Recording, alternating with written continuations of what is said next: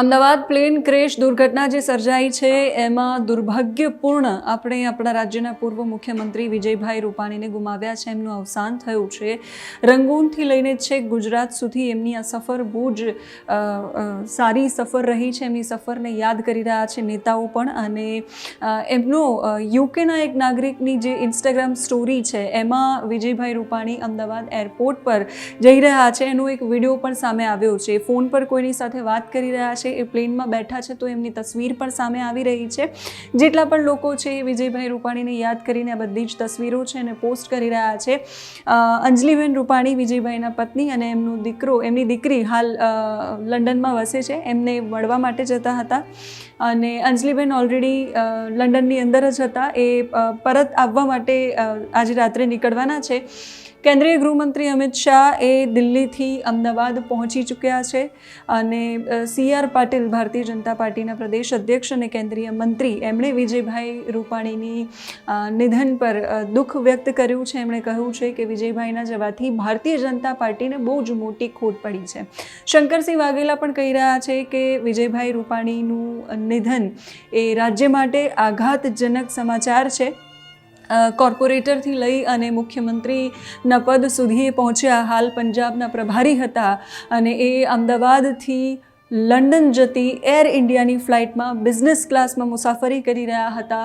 એ દીકરીને મળવા માટે જતા હતા. ઘણા બધા વિચારો, ઘણા બધા અરમાનોની સાથે દીકરીને અને પરિવારને મળવા માટે જતા હશે અને કદાચ ફ્લાઇટમાં બેસેલા કોઈ પણ વ્યક્તિને એવી કલ્પના નહીં હોય કે આટલી ગંભીર દુર્ઘટના સર્જાશે. એ દુર્ઘટના સર્જાય એની કરુણાંતિકા જુઓ કે જે ઘટના સ્થળ પર આ થયું છે ત્યાં નીચે ઇન્ટર્ન ડૉક્ટરોની હોસ્ટેલ હતી, ત્યાં મેસ હતી અને ત્યાં એ લોકો જમી રહ્યા હતા. એના પર આ પ્લેન પડ્યું છે અને એ લોકો પણ ઘાયલ થયા છે. એમાંથી પણ ઘણા બધા લોકોનું મૃત્યુ થયું છે. અમદાવાદના જે CP છે GS મલિક એમને પણ કહ્યું છે કે એક વ્યક્તિ 11A સમથિંગ સીટ નંબર છે એમાં જે વ્યક્તિ બેઠેલો હતો એ જીવિત છે. બાકી કોઈના બચવાની શક્યતાઓ બહુ જ નહિવત છે. એ માહિતી એમણે પણ આપી છે. અમદાવાદ સિવિલ હોસ્પિટલની અંદર DNAના સેમ્પલ લેવાની શરૂઆત થઈ ચૂકી છે. 3 દિવસ પછી આ રિપોર્ટ આવશે અને પછી સ્વજનને માહિતી મળશે કે એમનું સ્વજન છે એ આ ફ્લાઇટમાં હતું. એમના સ્વજનની મૃતદેહ એ પછી લઈ જઈ શકશે. આ બહુ જ ગંભીર પરિસ્થિતિ. સિવિલ હોસ્પિટલની અંદર મૃતદેહોનો ઢગલો અને કફન ખૂટી પડ્યા છે, સ્ટ્રેચર ખૂટી પડ્યા છે, બ્લડની જરૂરિયાત પડી છે. IMA અપીલ કરી છે ડૉક્ટરોને પણ બ્લડ આપવા માટે. એની સાથે સાથે ત્યાંથી બળેલા માંસ અને લોહીની ગંધ છે એ આવી રહી છે. આ પરિસ્થિતિ અત્યંત દયનીય અને અત્યંત ભયાનક પરિસ્થિતિ છે. અને જે કાટમાળના અને બાકી બધા જે દ્રશ્યો આવ્યા છે એ જોઈને પણ એવું શરૂઆતથી અનુમાન લગાવાઈ રહ્યું હતું કે એટલી ગંભીર અને એટલી ભયાનક દુર્ઘટના છે કે જેમાં કોઈના બચવાની સંભાવનાઓ નહિવત છે. પૂર્વ મુખ્યમંત્રી વિજયભાઈ રૂપાણી, એમની સાથે ઉદ્યોગપતિઓ પણ હતા જે એમાં ટ્રાવેલિંગ કરી રહ્યા હતા અને એમનું પણ નિધન થયું છે. CR પાટીલ શું કહી રહ્યા છે, શંકરસિંહ વાઘેલા, શક્તિસિંહ ગોહિલ સહિતના નેતાઓ છે એ એમની રાજકીય સફરને યાદ કરીને કઈ રીતે એમને યાદ કરી રહ્યા છે એ સાંભળીએ. प्लेन के हादसे जब होते हैं वो भयंकर होते हैं और वो गुजरात में अहमदाबाद में हो, ये तो कभी गुजरात के लोगों ने कभी सोचा भी नहीं था. इतना बड़ा हादसा हुआ है, इससे पूरे गुजरात और देश की प्रजा भी हिली हुई है.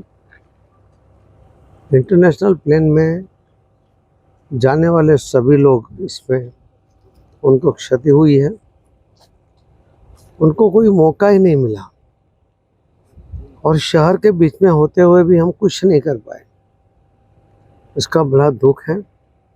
सभी दिवंगत आत्माओं को शांति मिले उसके लिए प्रार्थना करते हैं. उनके जो स्वजन है उनके ऊपर जो आपत्ति आ पड़ी है, भगवान उनको शक्ति दे ऐसी प्रार्थना करता हूँ. और हमारे लिए तो हमारे नेता पूर्व मुख्यमंत्री श्री विजयभाई रूपाणी भी इसी फ्लाइट में अपने परिवार को मिलने के लिए जा रहे थे. वो भी इस हादसा का शिकार हुए हैं. भगवान उनकी भी आत्मा को शांति दे. भाजपा परिवार में ये बहुत बड़ी खोट आई है और इस हादसा इतना बड़ा है कि माननीय प्रधानमंत्री श्री नरेंद्र मोदी साहब भी और श्री अमित भाई शाह साहब भी वो तुरंत गुजरात पहुंच रहे हैं और जो भी बन सकता है, जो भी कर सकते हैं, उसके लिए भी वो यहाँ पर आकर करेंगे। બપોરે 1:30-1:45 વાગ્યાની આજુબાજુ બ્રેકિંગ ન્યૂઝ આવ્યા કે અમદાવાદ એરપોર્ટ ઉપર ટેક ઓફ વખતે એર ઇન્ડિયાનું એક ફ્લાઇટ તરત તૂટી પડ્યું. લગભગ 242 જેટલા પેસેન્જર ક્રૂ સાથે હતા. આવા સમાચાર હતા. મેં વેરીફાઈ કરવા મિત્રોને પૂછ્યું તો આ સાચું હતું. જે રીતે આ બન્યું એમાં હું માનું ત્યાં સુધી જે કંઈ બ્લેક બોક્સમાં નીકળે એ બધું, પરંતુ મને જે સમાચાર મળ્યા કે પૂર્વ મુખ્યમંત્રી વિજય રૂપાણી પણ એમાં હાજર હતા. મેં વેરીફાઈ કર્યું, હમણાં કન્ફર્મ કર્યું તો આપણા વચ્ચે રહ્યા નથી. આપણને બહુ દુઃખ થાય, સ્વાભાવિક. જે મિત્રો નથી રહ્યા બધા માટે દુઃખ થાય.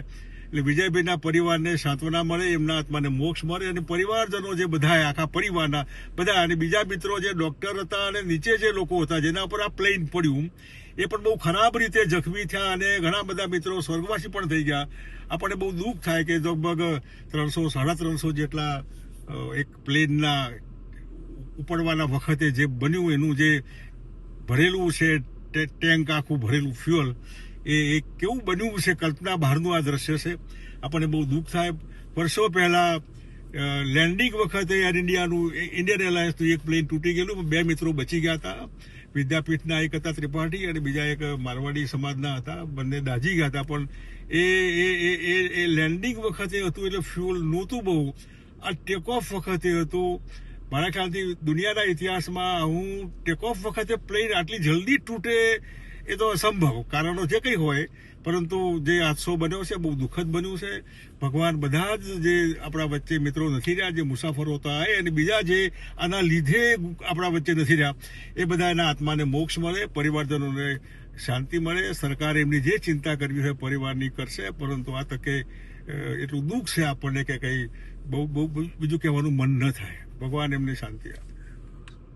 देखिए, एक दर्दनाक हादसा जिसको लफ्जों में बयान करना वो संभव नहीं है. हम आज अस्पताल में हैं. अभी जैसी घटना घटी, बात हुई थी कुछ एडमिनिस्ट्रेशन के लोगों से, खून की जरूरत पड़ेगी लगा था तो कांग्रेस के कार्यकर्ताओं ने कतार लगा दी और अपना ब्लड डोनेशन भी किया. अभी मुझे बताया कि अब ज़्यादा ब्लड की ज़रूरत नहीं है. जो हवाई जहाज़ जहाँ पे गिरा वो मेडिकल के स्टूडेंट्स की मैस थी, रेसिडेंट डॉक्टर्स भी थे वहाँ पे, तो काफ़ी उनको भी क्षति हुई है. उनमें से कुछ अस्पताल में मरीज दर्ज हैं. उनकी सेहत का हालचाल पूछा है हमने. विजय भाई रूपाणी फॉर्मर चीफ मिनिस्टर, जिनके साथ मैं विधानसभा में एक साथी तौर पे रहा, पॉलिटिकली आमने सामने थे, पर वो सरल व्यक्तित्व वाले थे.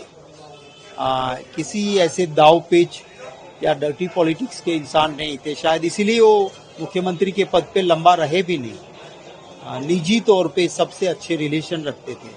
उनकी भी इसमें क्षति हुई है. मैं श्रद्धा सुमन समर्पित करता हूँ. आज हमारे प्रोग्राम लगे हुए थे, 2 बाई इलेक्शन असेंबली के हैं, कड़ी और विसावदर. हमने सारे प्रोग्राम, रैलीज, जनसभाएं आज कैंसिल कर दी हैं और प्रार्थना सभाओं में उनको तब्दील करके इन सभी मृतक परिवार के ऊपर जो दुख आन पड़ा है उसमें हम सहभागी हुए हैं. आज अभी अस्पताल में हम हैं. एडमिनिस्ट्रेशन से भी बात की है कि हमसे जो ज़रूरत पड़े पूरी कांग्रेस पार्टी इसमें सहयोग करेगी.